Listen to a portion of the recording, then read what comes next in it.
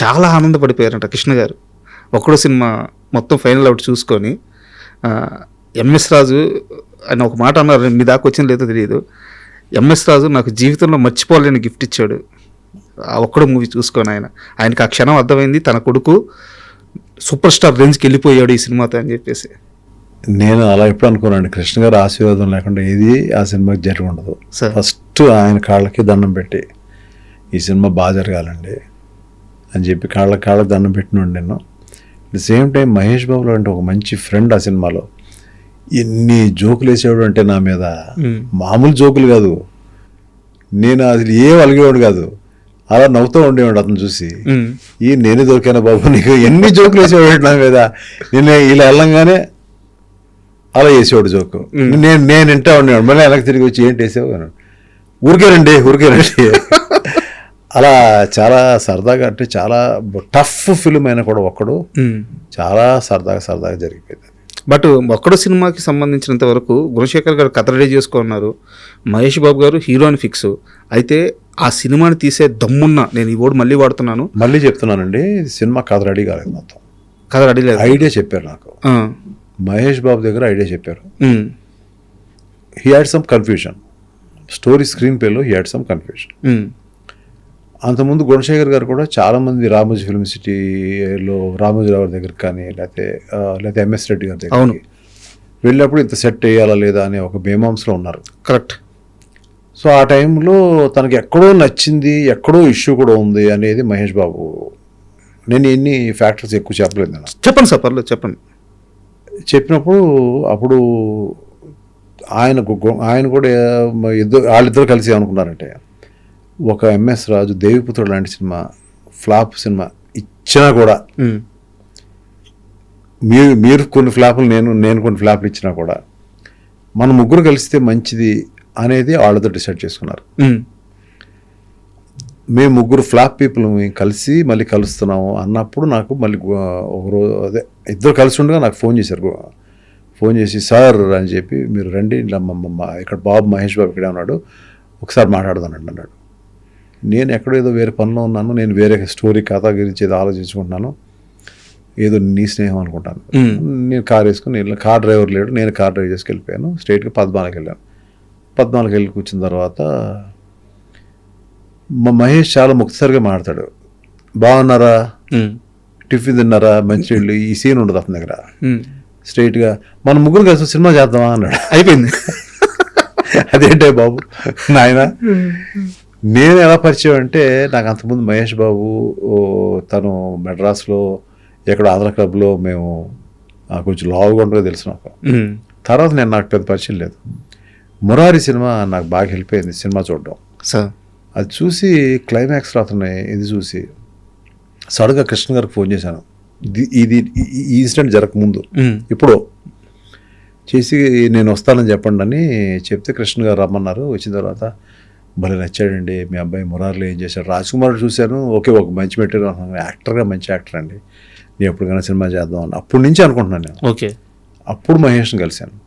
అప్పుడు ఇప్పుడు ఎప్పుడైతే మళ్ళీ కలిసి ఒక సినిమా చేద్దాం అని అనుకున్నప్పుడు కొంచెం తర్వాత మహేష్ కూడా నాకు ఫోన్ చేశాడు. తర్వాత కాస్ట్ ఎక్కువ అవుతుందండి, కొంచెం స్క్రీన్ ప్లే అటు ఇటుగా ఉంది, ఏదైనా మనందరం కలిసి వర్క్ చేద్దాం, బాగా చేద్దాం, మీరు బాగా చూస్తారు కథను కూడా, మీ ఇద్దరు కాంబినేషన్ బాగుంటుంది, నాకు కూడా ఒక మంచి సినిమా వస్తుందని ఉద్దేశం ఉంది అని అప్పుడు సరే అండి గుణశేఖర్ గారు నాకు కథ చెప్పండి అన్నప్పుడు, నేను ఇదే ఆఫీస్ ఏదైతే మన సంతంలో తీసిన ఆఫీసో లేకపోతే ఇంకో ఆఫీసో ఉందో అక్కడ టైంలో ఆయన వచ్చారు. ఉద్వేగంగా ఒక అరగంట చెప్పారు.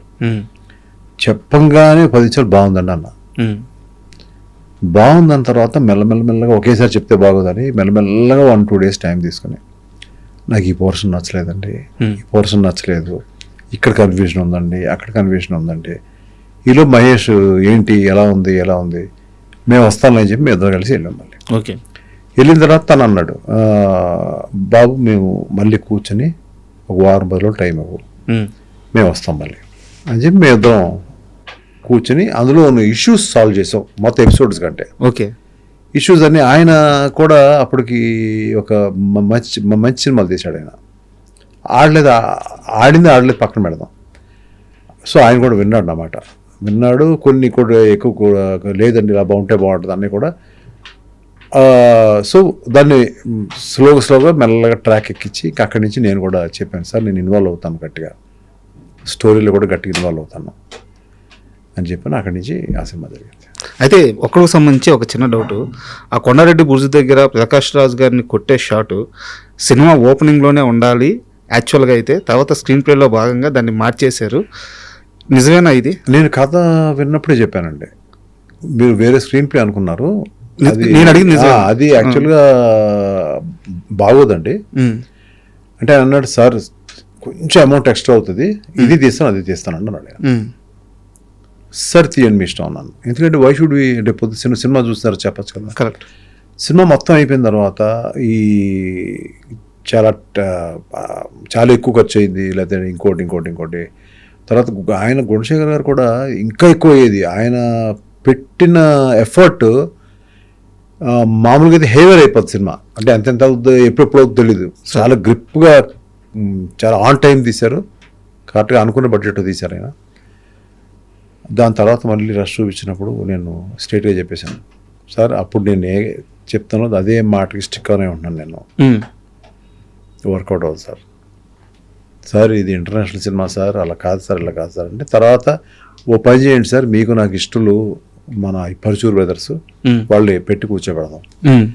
ఆ తర్వాత గుణశేఖర్ గారు పాపం ఆయన ఏకీభవించారు, లేదండి మీరు అందరూ చెప్పింది కరెక్ట్, మనం ఇలాగే వెళ్దామండి, ఎందుకు ఛాన్స్ తీసుకోవాలి, ఇది ఏంటంటే మహేష్ బాబు కెరీర్ ముఖ్యం, నా కెరీర్ ముఖ్యం, మీ కెరీర్ ముఖ్యం, ఇంత బడ్జెట్ అయిపోయింది, నేను ఇట్లాగే వెళ్దామండి మనం అని చెప్పి ఆయన పాప కన్విన్స్ అయ్యారు. ఆయన కన్విన్స్ అయిన తర్వాత ఇది ఏ సినిమా కన్నా ఈ ఫైనల్ ఎడిటింగ్ దగ్గర దెబ్బలాట్లు ఉంటాయండి.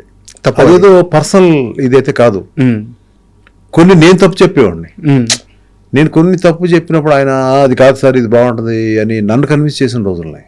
ఓకే. ఒక ఫైట్ ఉంటుంది ప్రకాష్ రాజ్ గారికి హీరోకి మధ్యలో ఫైట్ ఉంటుంది. అది ఇప్పుడు ఆ అమ్మాయికి ఇలా కత్తి పెట్టి గోబ్బెమ్మ అనే సీన్ ఉంటుంది, పెద్ద ఫైట్ అండి యాక్చువల్గా.